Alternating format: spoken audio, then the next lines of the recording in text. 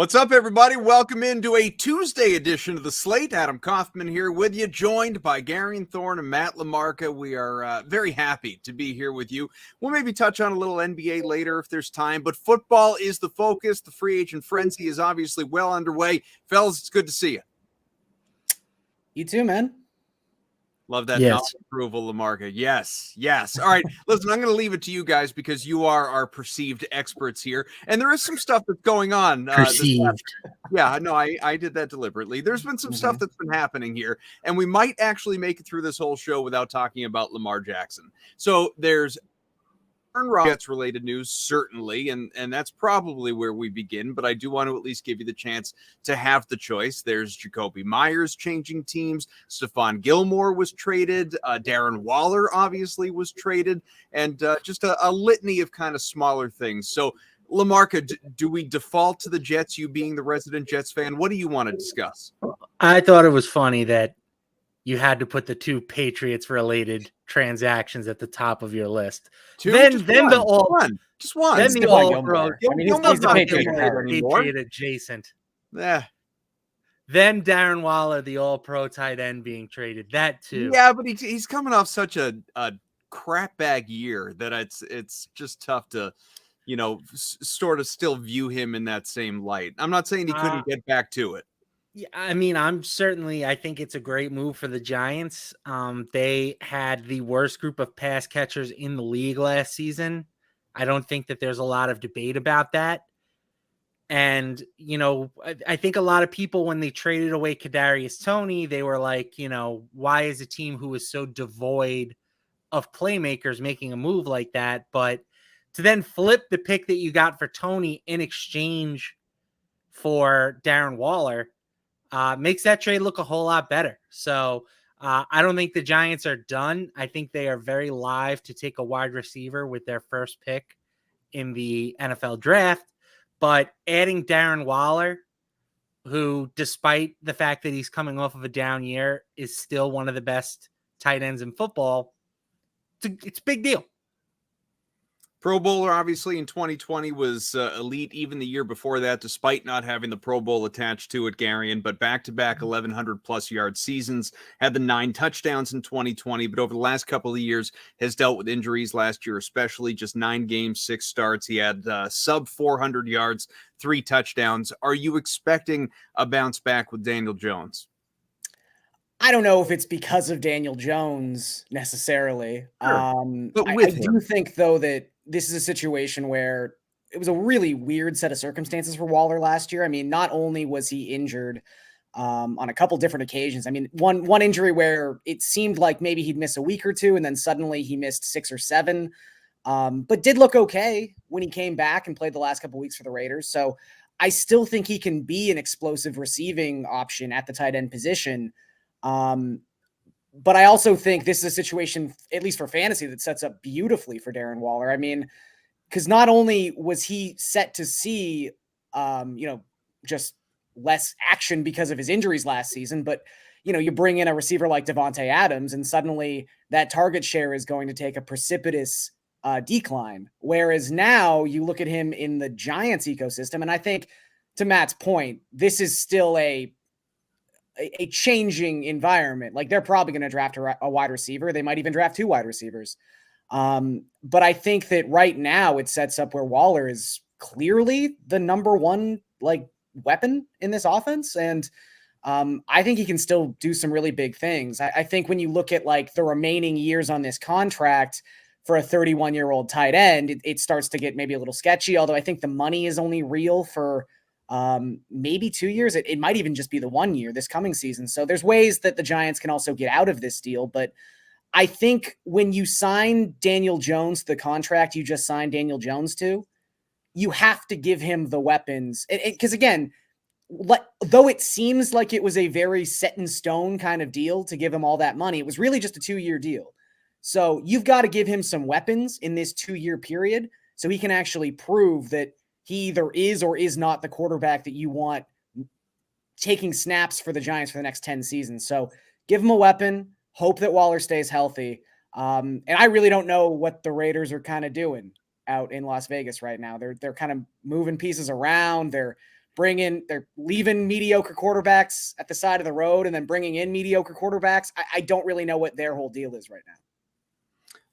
Do you view Darren Waller as a top 5 tight end? I'm not asking can he be or even. We're not doing tight end rankings again, man. No. I'm not for draft, or I'm not bringing up ADP. I'm just saying, do you still view him in that same Pro Bowl caliber or All Pro? Not that he's been an All Pro, but kind of All Pro caliber light at, as you said, pushing 31. Can he get back to being that guy? I think tight ends can play till they're like 100. You know, I have no concerns about Waller at 31 years old, especially because he is like a young 31, I would argue, right? His body doesn't have a lot of football miles on it. Mm-hmm. So I think he can get back to that level. I mean, the only guys I would say for sure are better than him are Travis Kelce, George Kittle, and Mark Andrews. Okay.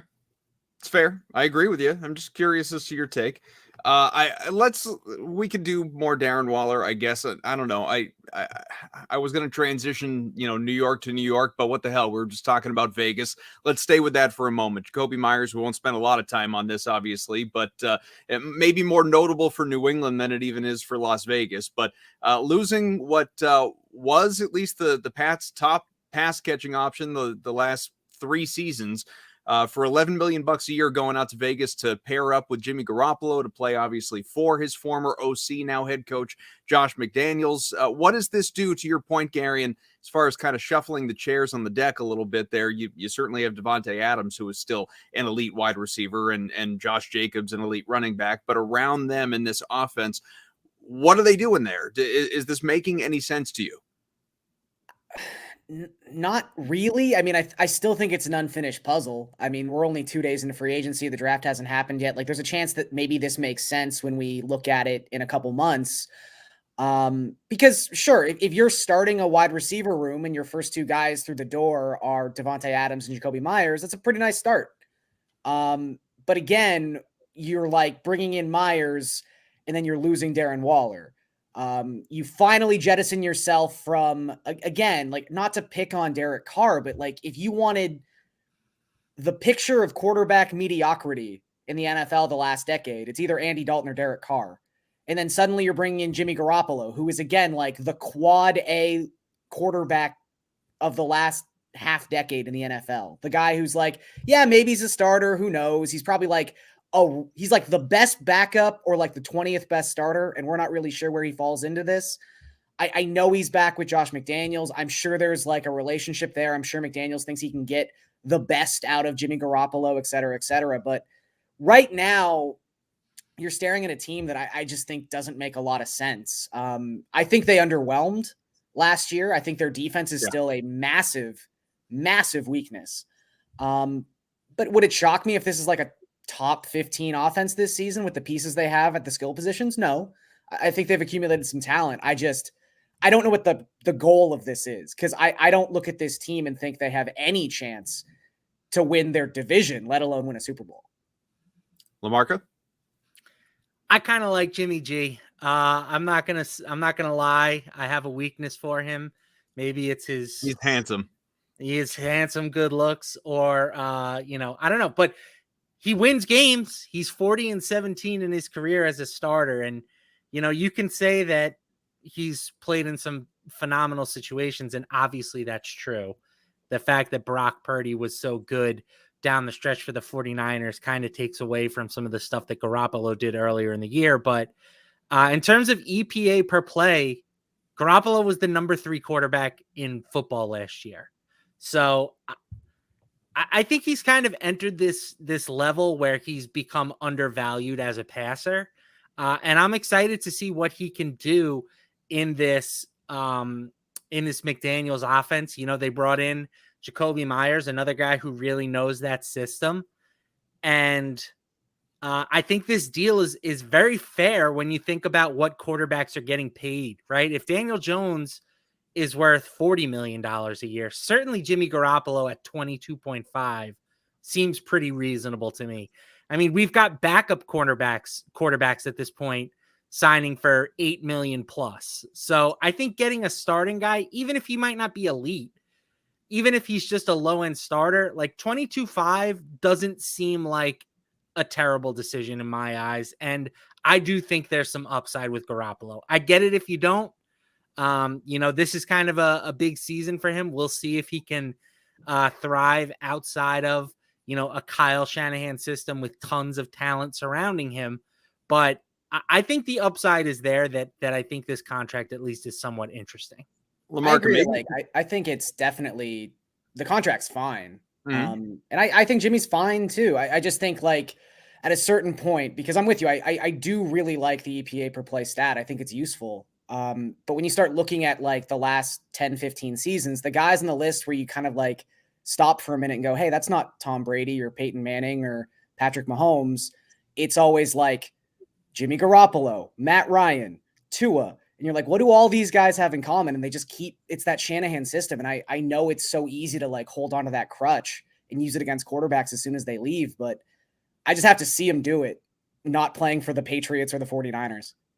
I was just going to say, comp to Matt Ryan is not a bad thing in my book, by the way. Sure, sure. He could be a Hall of Famer. Yeah. Listen, I would rather, and I'm trying to think of the other side. I'm not even hesitating on this. I would rather have Jimmy Garoppolo. If you could promise me or give me some sort of assurance, not that these exist, that Jimmy Garoppolo is going to be healthy through the year, I would happily take Jimmy Garoppolo at $22 million over Daniel Jones at 40. I would take Garoppolo at 22 over Daniel Jones at 30.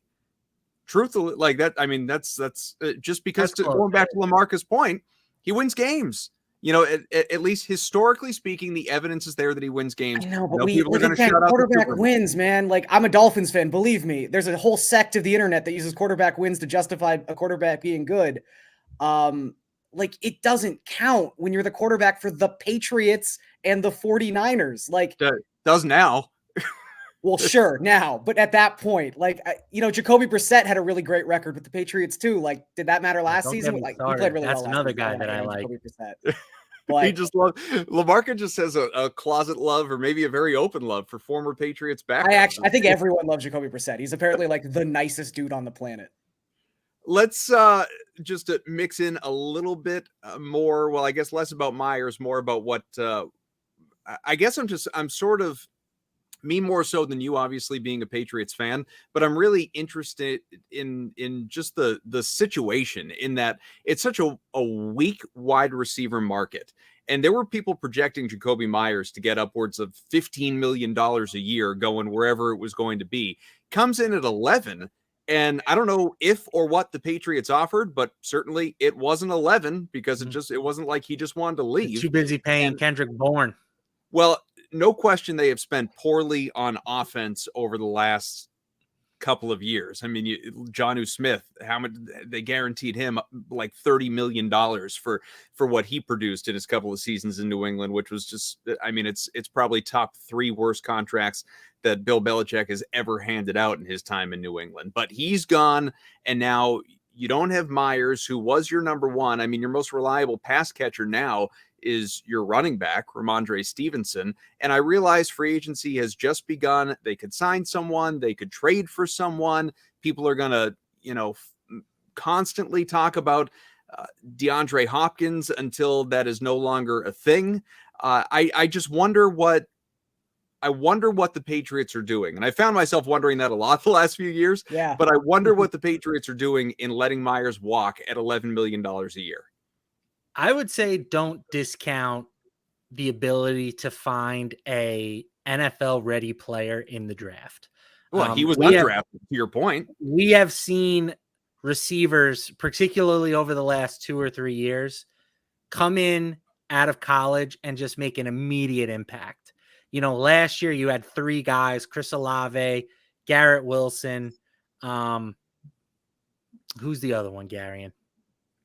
I'm trying to think here. Maybe Drake London. 3 guys come in and make an impact for their team right away. You've had Justin Jefferson and Jamar Chase do it. Now, granted, those guys were like top end prospects, but Justin Jefferson didn't get picked until the bottom half of the first round. So like, I think the potential for a team like the Giants or the Patriots to find a legitimate number 1 wide receiver drafting where they are, like I think that's very doable. It seems like every year we get more and more NFL ready wide receivers who are just coming out of college and ready to make an impact right away. So don't be surprised if your number one receiver is, not going to be on the team until after the draft.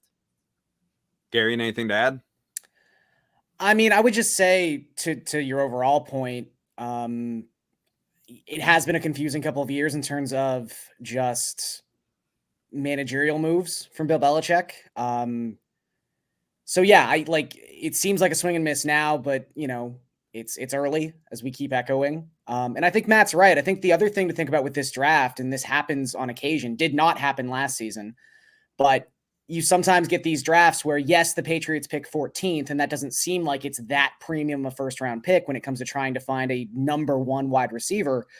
But this feels like one of those drafts where there's going to be like 5 quarterbacks taken in the first 10 picks. And suddenly some of these other skill position players start falling down the board pretty quickly. So I feel like with what their draft capital is right now, they can still have a pretty good impact on their their NFL roster next season.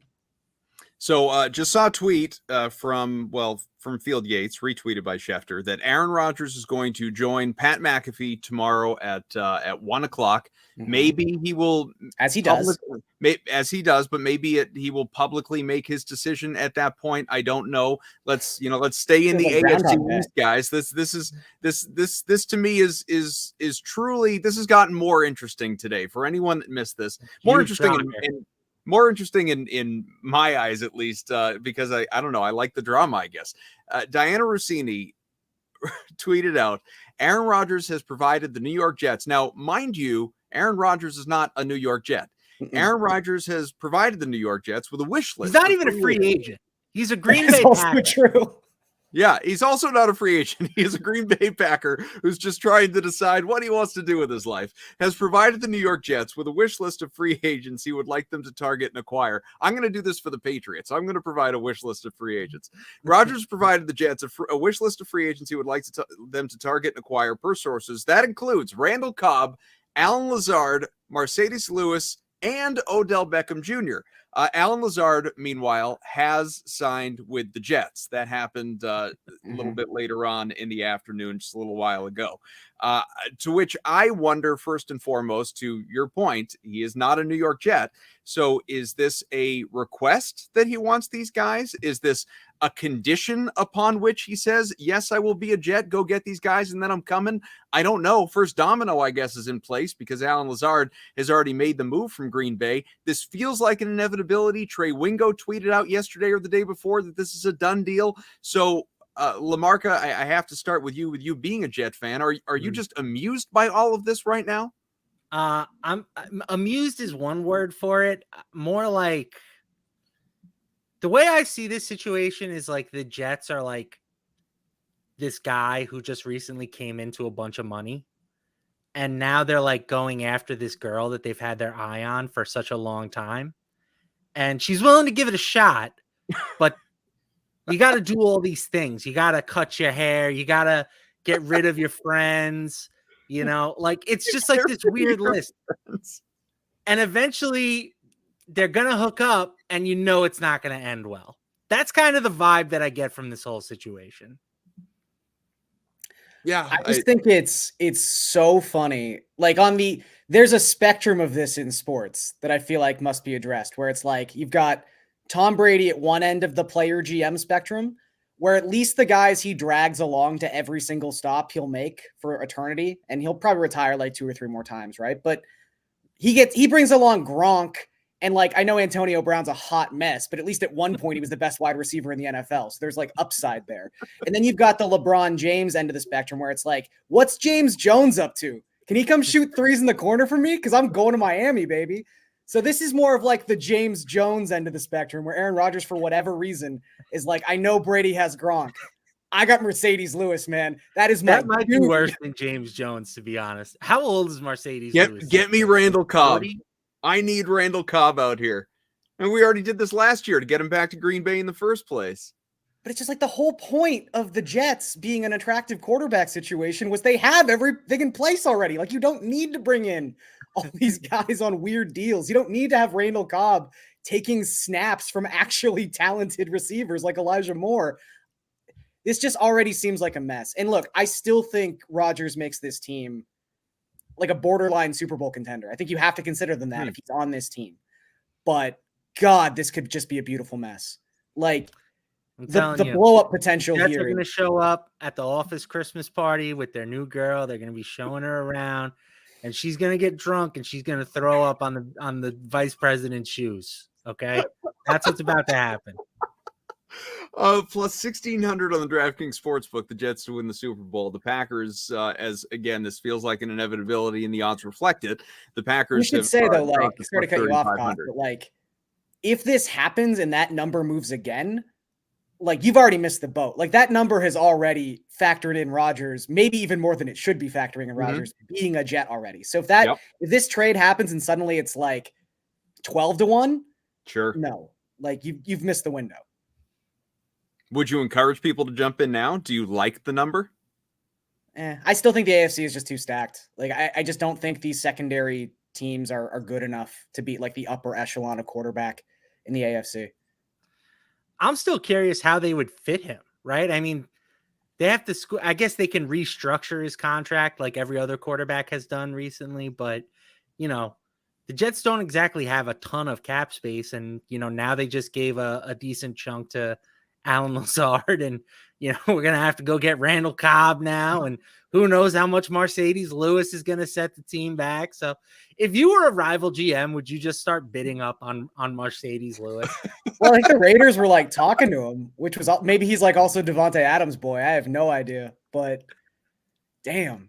Apparently, there's like a quote from an ESPN article back in December where like Rodgers legitimately says, "Mercedes Lewis, that's my guy. That's a guy I want to end my career with." You're just like, what?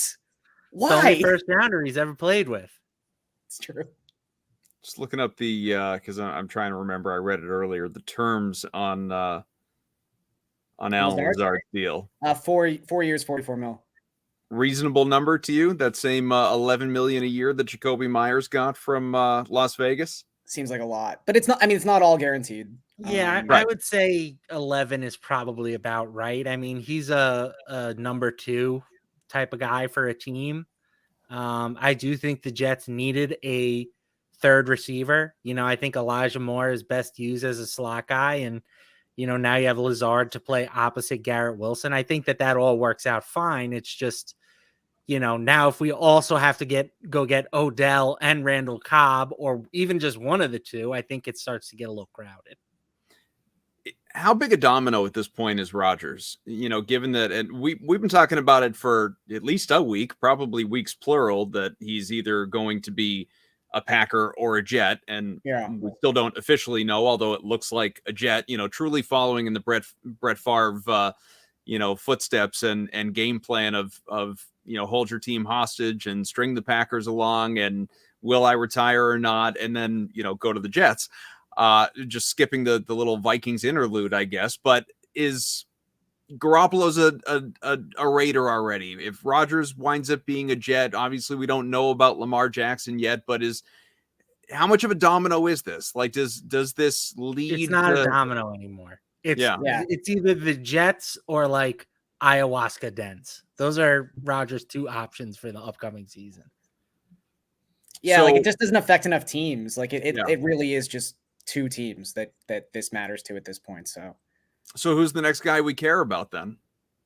Lamar. But I mean, I think also we're starting to think that maybe that's a 1-team race. Although I don't know, Lamar tweeted out some numbers this morning where you're like, was that a real offer that a team gave you? Like 3 years, $133 million guaranteed?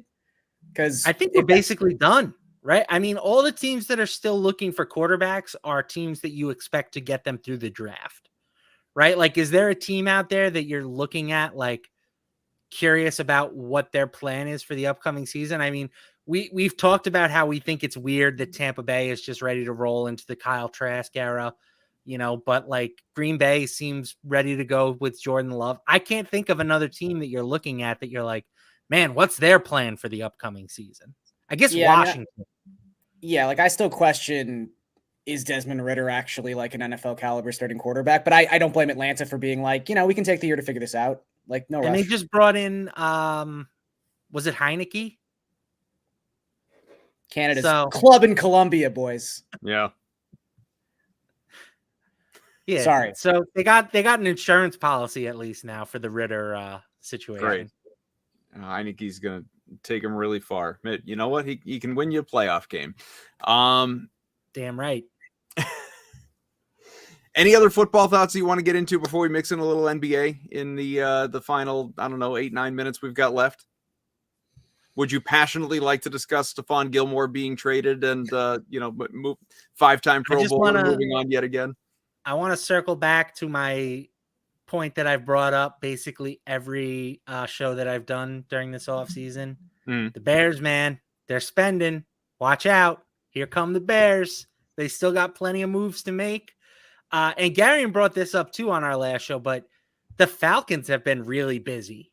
You know, they were another team that entered the offseason with a ton of cap space, and they're certainly really splurging on the defensive side of the ball. So, like, when we were talking about NFC South futures, I kind of said I couldn't really see a scenario where the Falcons challenge for the title just because I don't think Desmond Ridder is going to be any good, but they might really just have a completely solid roster around him at this point. So I'm starting to warm up to that angle a little bit. When you say, hey, Bears guys, Bears, pay attention to the Bears. Bears are spending. I know you don't mean Super Bowl, plus 5,000 odds. Pay attention to that. Would you put money on them at, plus 330 to win the North? I think he's right. He's been talking about them winning the NFC, which again, sort of like a microcosm of everything we've been talking about the last 6 weeks. The NFC low-key sucks. Like, there's the Eagles, there's the 49ers. Maybe you're like a big Cowboys bounce back kind of predictor, but aside from that, like, who do you really trust? Look, the Lions have the third shortest or fourth shortest odds to win the NFC. Yeah. It tells you everything you need to know about the NFC. Yeah, and I did bet on them to win the Super Bowl. It was when they were 80-1, but what you have to remember is that betting on a team to win the Super Bowl doesn't mean that I necessarily need them to win the Super Bowl. At 80-1, I have loads of hedge equity, even if they just make it to the playoffs, right? I can hedge off 10 units basically every round that Chicago plays in, and I can get a nice profit. So the theory of the play was that the team is going to look a lot better than it did at the start of the offseason, and you've already started to see those moves pay off. So sure. I think there's more room for them to grow. I think that by the time we get to the start of the season, they are going to be firmly considered the number 2 team in that division behind the Bears. Right now, the Vikings and them are kind of neck and neck. If you look at the odds, I think Chicago is going to pull ahead before the end of the year. Gary, you agree? Yeah, I mean, like I said, when we were prognosticating this a couple weeks back, I think that one of the theories that I threw out was that maybe they get a little bit more like immediate return in this draft for that first round draft pick, but that's sort of offset by the fact that they got DJ Moore. Like I didn't really envision that. I think when you start looking at the value of that deal and kind of like, what pick they could have got if Moore had not been involved, et cetera, like it does make you really yearn to maybe go back and like do a trade backs on the deal to get Chase Claypool, where they essentially gave up. I know it's a second round pick, but with the Dolphins not having a pick, it's the 32nd pick in the draft, which is a first round pick. So that's a little bit of a tough pill to swallow still, but yeah, I just think this team's going to be a lot better, and they really haven't played their big chip yet, which is just all this cap space they have in free agency. And I think it's going to be a lot of like, not boring, because I really do think they're going to get like a really, really expensive offensive lineman, and it'll be notable, but it's going to be all stuff in the trenches, which is what they need to get done. So, I just think they brought in a couple linebackers yesterday. They got Tremaine Edmonds. Not a glamorous thing, but 2 guys that can really cover at the linebacker position, which is so important in the modern NFL.